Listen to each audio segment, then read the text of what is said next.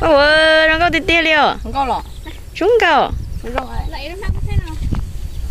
nó phải quần là sụt tiền ngàn nữa chỉ bao tiền nếu tôi đã xíu xíu rồi nè con giờ ở trong nữa rung cầu vô chỉ mà quá chứ tiền luôn chi có rung cầu tiền phải bờ rung cầu vậy rung cầu tầm mà nó có giờ chỉ tiền đây nè có giờ tiền nè nó bảo vậy gì bảo vậy mà bị trong đó thì bảo cho tôi bảo vậy kiểu giờ gì nữa bảo vậy tôi đâu vào cái sự tình đó bảo tôi đâu vào có giờ bảo vậy có bảo lúc bảo vậy tiền à lúc thì giờ rồi sợ đa đấy tiền hả hơi cột bọt chanh cái này xin lỗi rồi này xin vô kia tiền rồi giờ tôi nói bảo là trong đầu phì bao bọt tầm má đi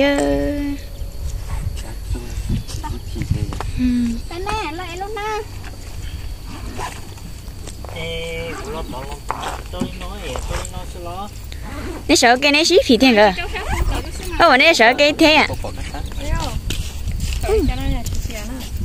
nè sao đi nè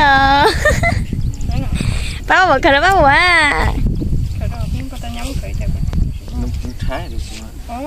nữa kia họ nó muốn nó biết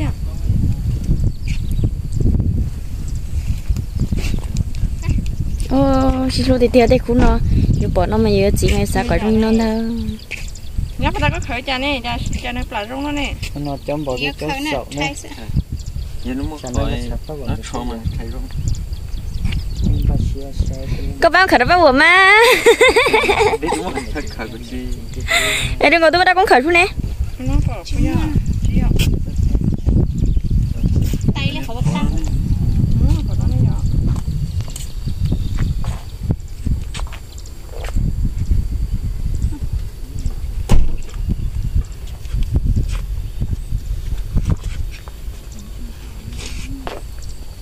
không, mình cũng chơi tàu bên tiền.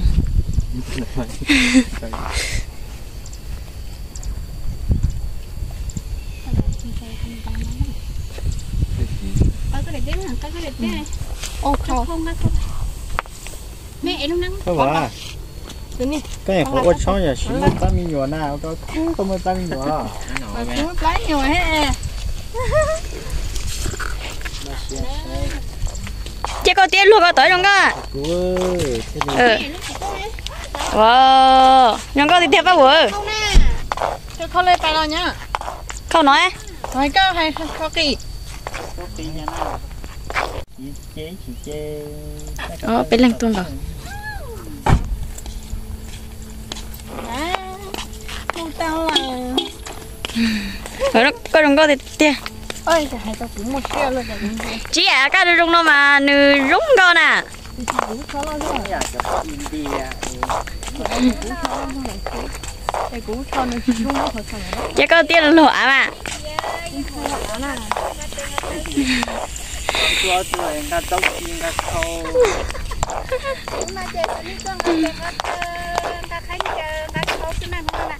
Nó cũngต้องการkhâu đâu bao bữa ha. Chỗ kia tít tua, giờ không có tít được bao bữa thế.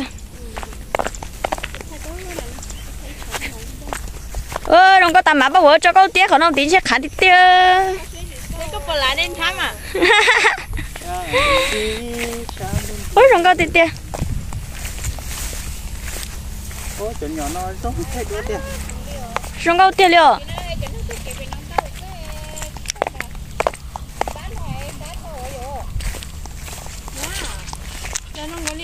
Nó tới cho khởi rong hỏng nào nữa. Không có tầm má gỡ. Nó là cái nó chơi thay tao này không có hẳn hò. Bây giờ bao sống của yes. Có bữa có chi rồi không có gì không thằng nó sẽ luôn. Không phải nó cứ. Không có thế. Ở bên lưng tua. Phải phải tới sống. Có xài cho xin à chở chúng nó vào trong xe theo. Chỉ tao phí chỉ bao xe. Chỉ bao xe cho nên nó tới trong nè. Chả đeo phí cái nút cho. Chị em phí nút cho. Đây. Không có tiền. Lên chị của cho cũng tí cho nó sao. Liên nữa. này ship thì là tha bé này đua thích thích chơi là nô một trăm mong như thế ha ship nó là bé chỉ lên mới chơi này nó đua nó quay là nó ngành cái gì nên này coi phải đó rồi có đi nói chạy giá kỳ thương có mà chơi chạy đi lo thọ xí lo thiệt đó chạy giá kỳ thương có mà chơi giá kỳ thương có được xí nó ủa chúng mình không thấy anh đợi thế muốn không thấy là chúng không thấy lúc không khỏe đã tao tôi không thấy chơi đó không luôn thấy thì mà quá luôn thấy có mà nếu thế là đang còn thôi nó cũng sẽ này đó tôi nó làm đây nó không thọ đó ôi dạ rất khó rồi nát xuống qua chè chỉ cây rồi chúng mình chạy một khi nhà của hai đứa con à như gì nó bé to bé lên vậy đó bé to chính chúng có trâu vậy có xíu đôi gì đâu nó cái trong thập là liều chỉ xả cú thia chỉ xả cú chỉ giống là thế ta tội trong thay đua thay nặng rồi trong rồi à nó có tầm mã đây lo một tí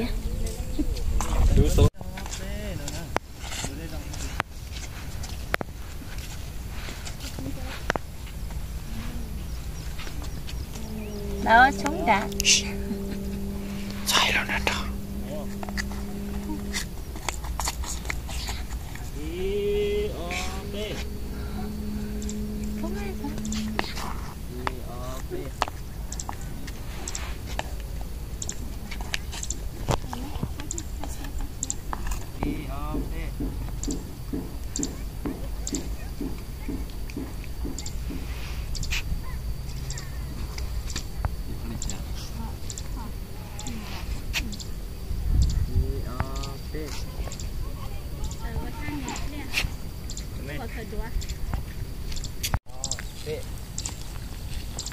đó là ba cái tích khởi nó đặc biệt ok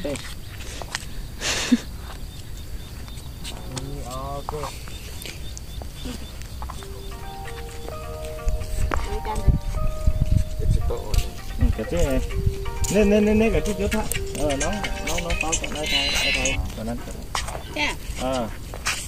cái chứ thế là dành cho con luôn cái thế nào rong cao cho nó này thế nào rong cao cho nó dễ tê mà đi là thay rồi rong cao này quay kho đó không đá mà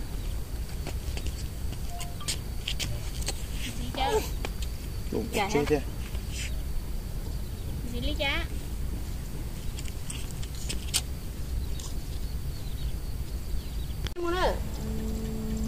có sạc quá có mua gì lúc thứ cho nó chập đi cũ nó tôi chỉ phải tóm bưng thay luôn phải rong cao ở những hỏa thầm đà chỉ rong cao đó coi lên ta cứng gì tới rong cao này ôi là uốn được coi là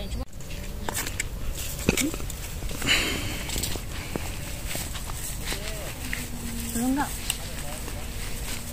rong giờ họ có rong tàu sao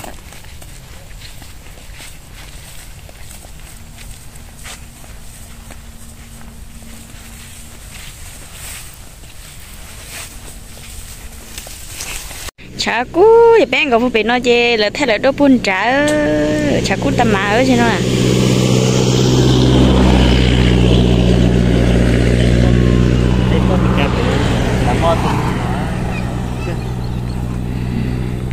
nhưng mà mang trên chợ tôi bớt mì cà phê cũng nhận nên tụt cha nè thấy dù đi cho dù phải nhờ mì cà thế là nè bỏ mì cà này mà bớt tiền trong chảo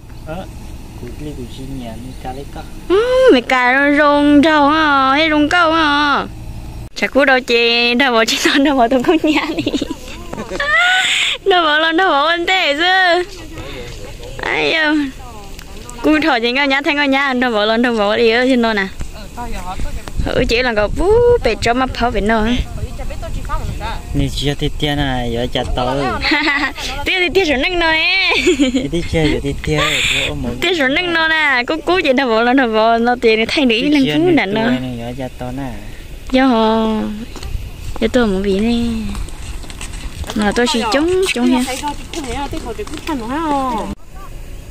nó là tôi chỉ chống khăn cầu đi thiếu không nó nè đi chấm không xin nữa của tên chiêu chỉ trong cái nữa còn nhà ngặt khẩu lấy tụi đấy bao vừa tao lấy sao kệ chẳng có nhà đâu bỏ chị lấy cho kệ nè ai à có chỉ ra có chỉ là sao được con rồi nè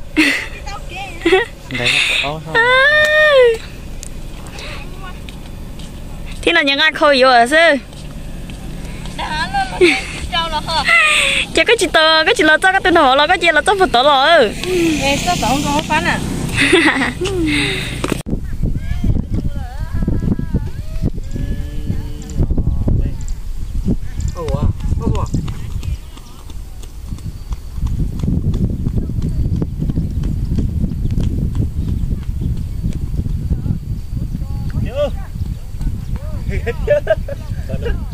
Nó sẽ coi xíu cái đi. Biết chưa?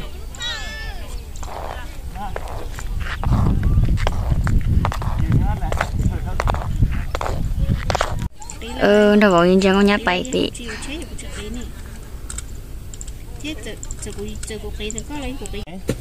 Ôi chả có thể hai lý cơ à? Nó nè. Cụ tôi họ nói thì có tá tỏi vô lông gan rồi thì cụ tôi đấy có mấy rồi. Ôi đấy hồ. cho này là tất cả rồi thôi Trông à? P. cái tiếng ấy hồ nè nhồi chả có hai đi con nhưng hồ không có chả là Con ba rồi.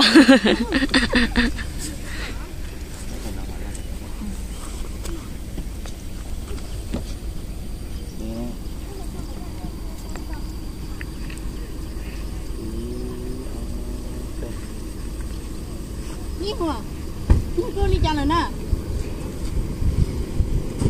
Mua chỉ có cái tiền này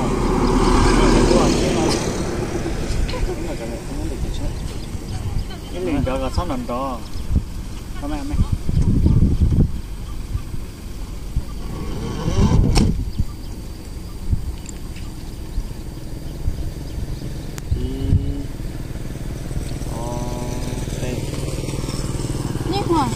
nhưng cô đi chăng là thế nào tôi mua chỉ báo có thế lúc đây có hay có giá lên tiền nào chỉ báo đi theo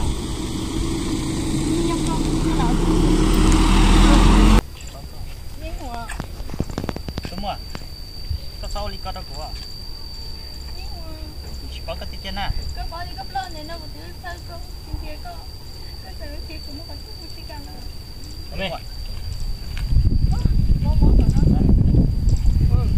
cấp lâu để nó cũng là phát vào gì cấp lâu nên để Con này bọn niệm khởi lời nè. Con có tốt chưa? Nó có nhầm khởi lời. Cái chú mới xé là cũng mất hàng này. cái này là khởi cả khởi ra chưa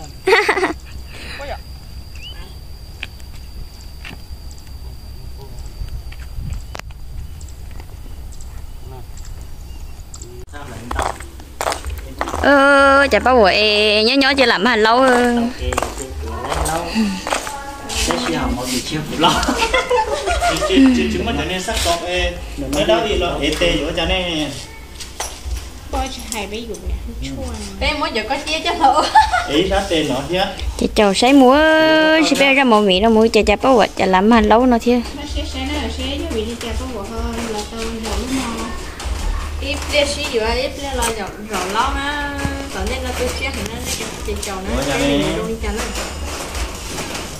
chả cũng sẽ đi tận rộng nó hết ta sửa rồi